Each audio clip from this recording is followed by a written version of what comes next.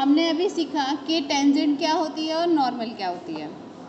अभी अभी जो हमने यहाँ निकाला तो हमने ये भी सीख लिया कि टेंजेंट की स्लोप कैसे, कर्व की स्लोप कैसे निकालते हैं। कर्व की स्लोप निकालते हैं फंक्शन का dy/dx करेंगे। फंक्शन का जो डिफ्रेंसिएशन निकालेंगे वो भी पर्टिकुलर पॉइंट पर निकालेंगे, जिस पॉइंट पर उसने हमें गिवन किया होगा, ठीक है ना। अगर dy/dx हम किसी x1 y1 पॉइंट पर निकालते हैं तो ये हमारा क्या है, कर्व की स्लोप आ जाती है।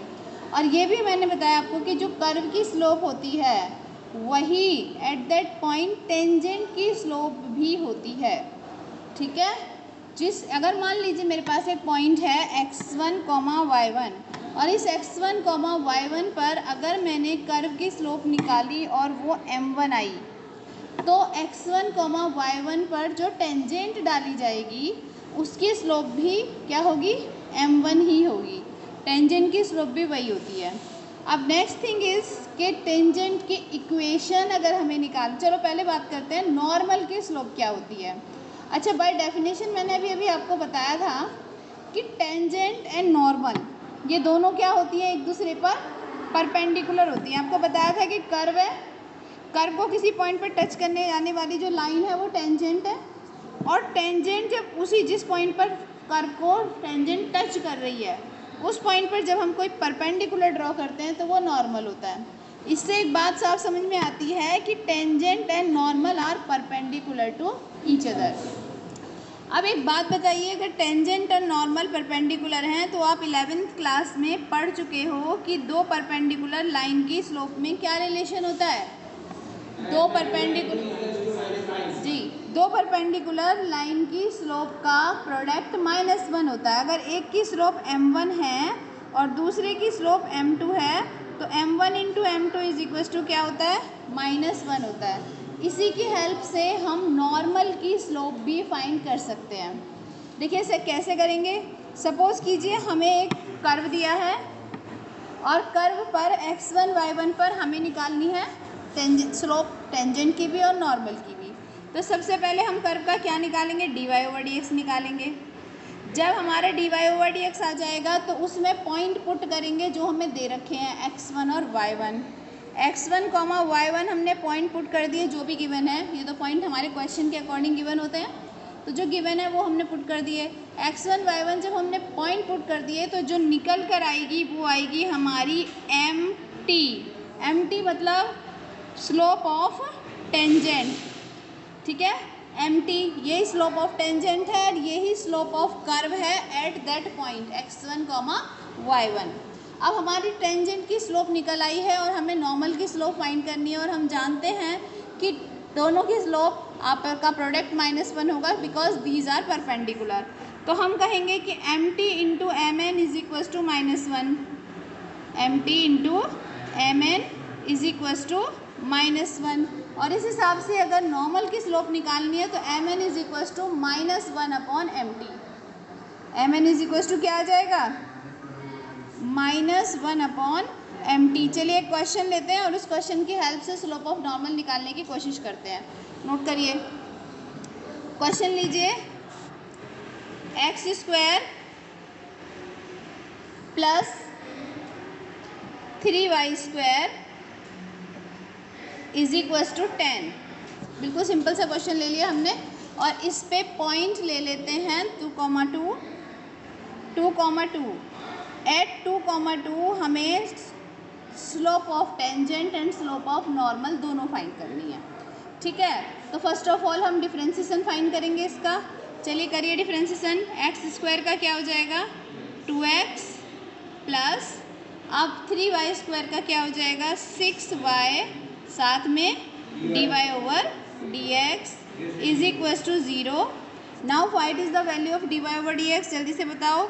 dy/dx की वैल्यू हमारी आएगी -2x/6y, यही आएगी, -2x/6y। आपको किस पॉइंट पे फाइंड करना है इसको, 2,2 पर। तो आप लिखेंगे dy/dx एट पॉइंट 2,2, ब्रैकेट में नीचे की तरफ लिख देते हैं 2,2 इज इक्वल टू, अब x की वैल्यू भी 2 डालिए, y की वैल्यू भी 2 डालिए, कितना हो जाएगा, -4/12। काट के कितना आएगा, -1/3। ये क्या है? ये है हमारी MT यानी कि स्लोप ऑफ टेंजेंट। क्या कहेंगे इसे? Slope of tangent. और अभी हमें मालूम है कि slope of tangent and slope of normal perpendicular होती हैं, तो हम कैसे लिखेंगे? MT into MN is equals to -1। MT की वैल्यू हमारी कितनी आई है? -1/3। -1/3 into MN is equals to -1। तो आप बताइए MN कितना आ जाएगा? 3।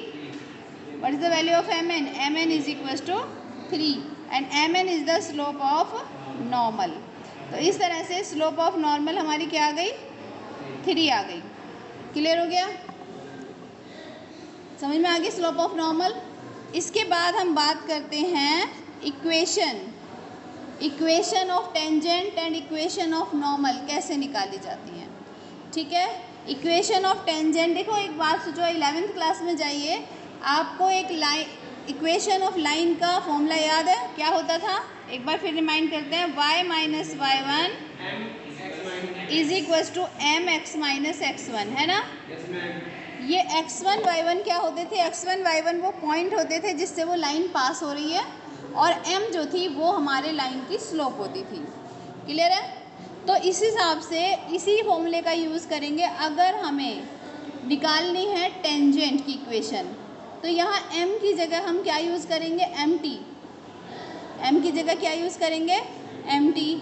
और अगर हमें निकालनी है नॉर्मल की इक्वेशन तो इसी फॉर्मूले में m की जगह पर हम यूज़ करेंगे MN। कोई बड़ी बात नहीं है, जब टेंजेंट की इक्वेशन निकाल रहे हो तो स्लोप टेंजेंट की यूज़ करोगे, जब नॉर्मल की इक्वेशन निकाल रहे हो तो स्लोप नॉर्मल की यूज़ करोगे, है कि नहीं? चलिए एक क्वेश्चन लेते हैं और इसमें निकालते हैं। चलिए क्वेश्चन लिखिए, जल्दी से करते जाइए। 3x²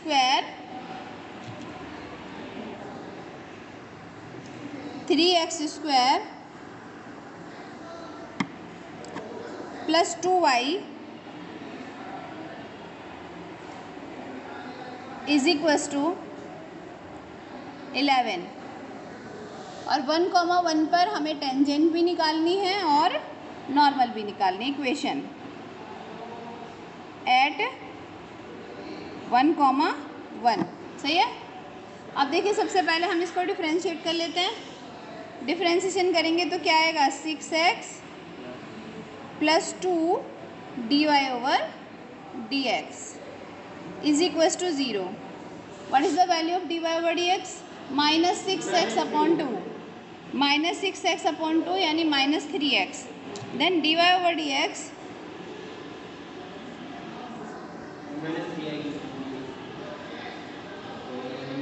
is equals to -3x and what is the value of x? Here x is 1। तो इस तरह से हमारी MT स्लोप ऑफ टेंजेंट आ जाएगी -3 and what will be MN? MN हो जाएगा -1/MT होता है, तो साइन भी चेंज हो जाएगा और वैसे भी रेसिप्रोकल हो जाएगा, तो ये आ जाएगा MN आ गया 1/3। Now equation of tangent, x1 y1 क्या लेंगे बेटा? 1,1 जो हमें पॉइंट दिए जिनसे हमारा वो जा रही है लाइन, ये x1 y1 और MT हमने निकाल लिया है -3। फॉर्मूला हमें मालूम है y minus y1 is equals to MT और x माइनस x1। नाउ इसमें वैल्यू पुट कर दीजिए जल्दी जल्दी। वैल्यू पुट करेंगे y minus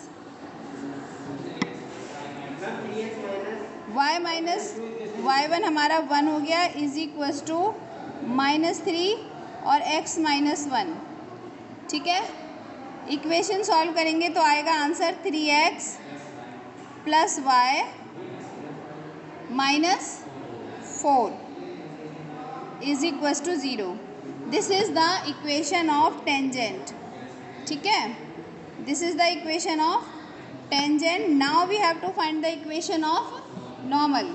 equation of normal में सब कुछ सेम रहना है क्योंकि उसी पॉइंट पर हमें नॉर्मल निकालनी है, बस फ़र्क क्या पड़ेगा?